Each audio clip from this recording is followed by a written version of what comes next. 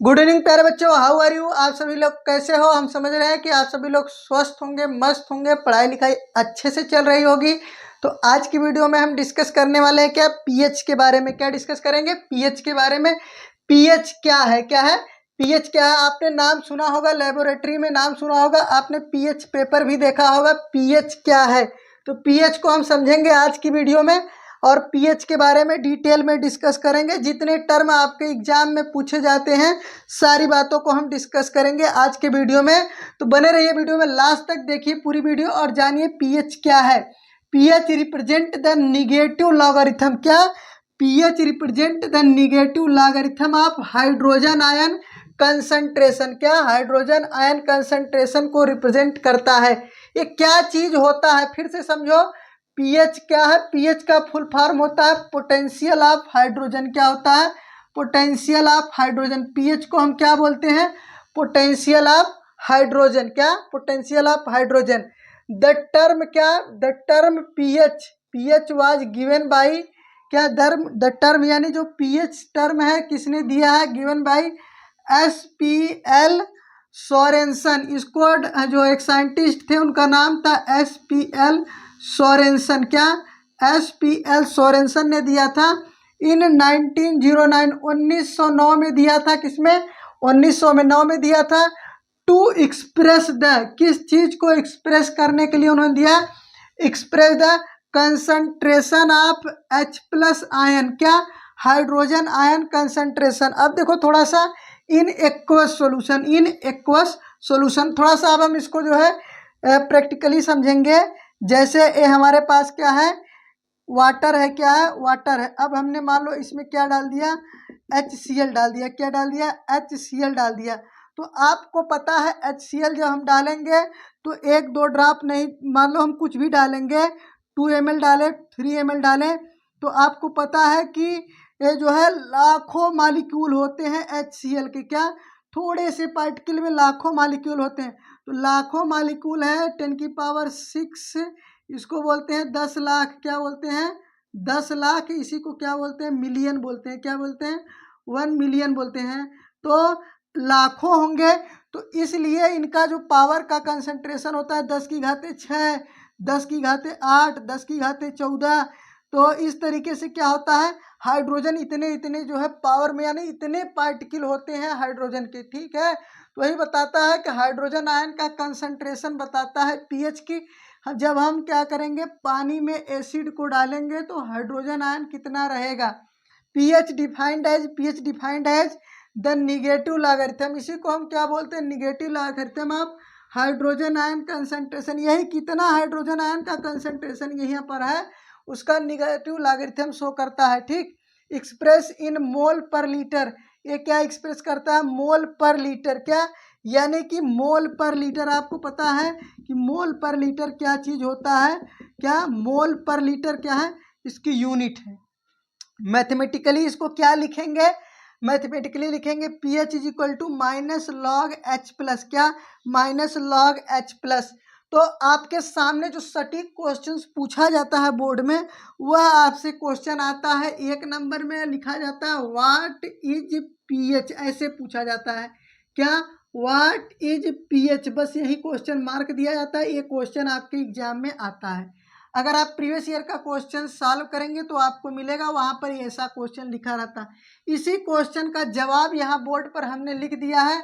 आपको हेडिंग डालना है पीएच पोटेंशियल ऑफ हाइड्रोजन, और इसमें यही लिख देना है the term of pH was given by the S P L. Sorensen in 1909 to express the क्या? To express the concentration of H+ ion in aqueous solution. ठीक, इन एक्वस सॉल्यूशन।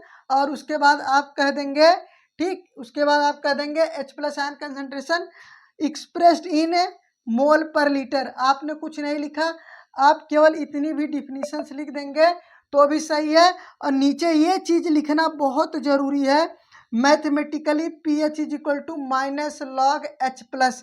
यह चीज अगर एग्जामिनर आपको देख रहा है तो आपको आंख बंद करके नंबर मिल जाएगा।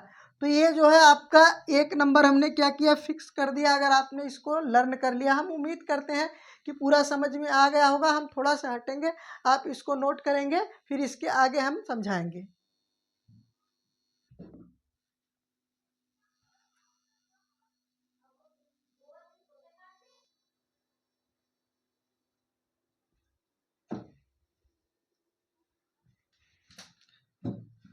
आगे ध्यान देंगे, यहाँ पे दिया है इफ पीएच इज क्या, इफ पीएच इज क्या है, लेस देन 7, अगर हमारा पीएच क्या है 7 से कम है, then the solution will be acidic, क्या होगा, वह सॉल्यूशन एसिडिक होगा। अगर कोई सॉल्यूशन है उसका पीएच 7 से कम है तो वह क्या होगा, एसिडिक होगा। ध्यान से समझेंगे, पीएच क्या है, एक फिजिकली अपीयर्ड न होने वाला, केवल एक हाइपोथेटिकली कागज पर बनाया जाता है।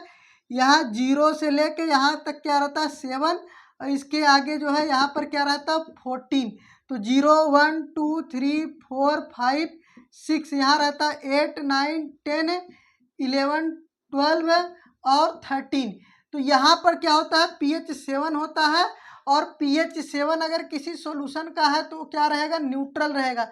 7 से कम रहेगा तो वो क्या रहेगा, एसिडिक रहेगा, और 7 से ज़्यादा रहेगा तो वो क्या रहेगा, बेसिक रहेगा। क्या रहेगा, बेसिक रहेगा।